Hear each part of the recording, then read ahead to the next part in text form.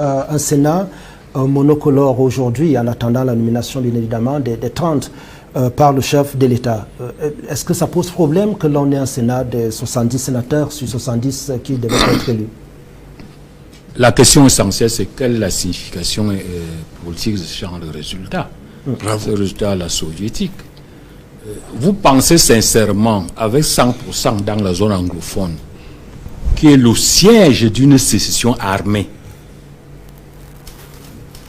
où le seul parti qui avait pignon sur lui était un pignon fédéraliste, le SDF. Vous voulez nous présenter aujourd'hui un résultat qui dit que tous les anglophones sont devenus par l'État unitaire, soutenus par le RDPC?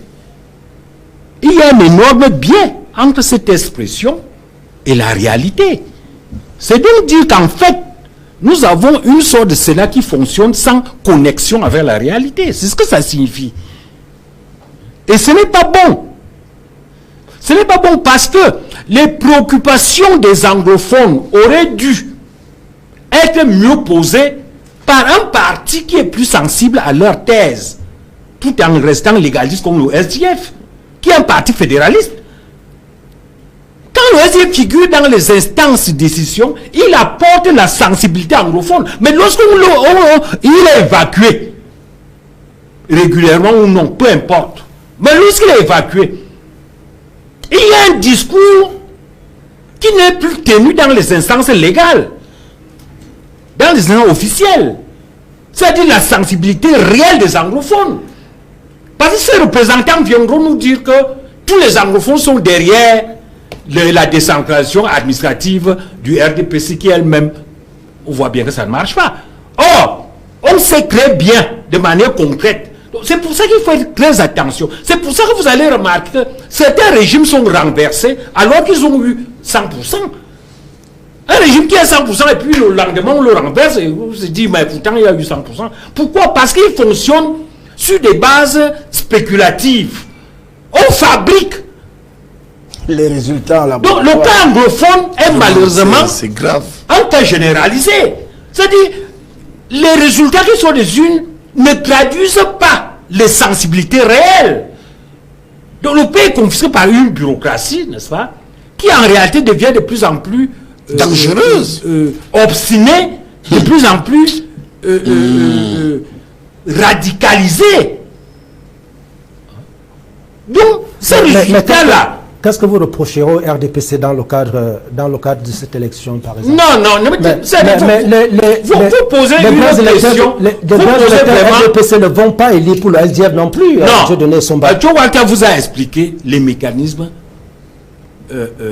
objectifs qui ont empêché l'expression du suffrage dans nos eaux. À savoir qu'il y a déjà un déséquilibre dans dans la conduite de la campagne. La conduite de la campagne. Aussi bien la campagne de base qui permettait de nommer les conseillers municipaux que la campagne secondaire qui est la campagne de... Je dis, c'est-à-dire en fait, nos institutions deviennent de plus en plus, s'éloignent de plus en plus du Cameroun réel. Elles ne traduisent plus le Cameroun réel.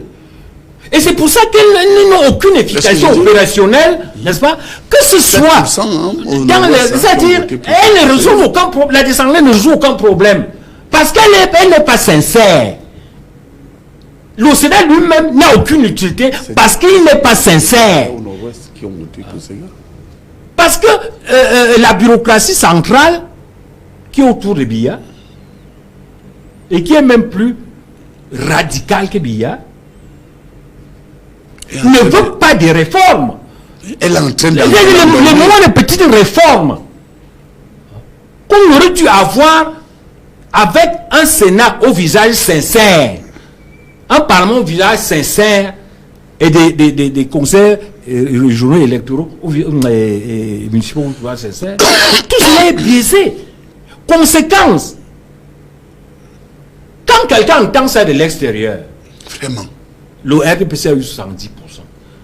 Mais les gens qui connaissent le Cameroun savent très bien c'est une manipulation. Bon, on peut dire tout ce qu'on veut. Mais les gens vont vous percevoir comme on percevait l'Union soviétique, communiste. C'est-à-dire, vous pouvez dire, oui, les gens étaient libres, tout ça, mais vous n'apportez aucune confiance. On sait que vous avez appliqué un point final.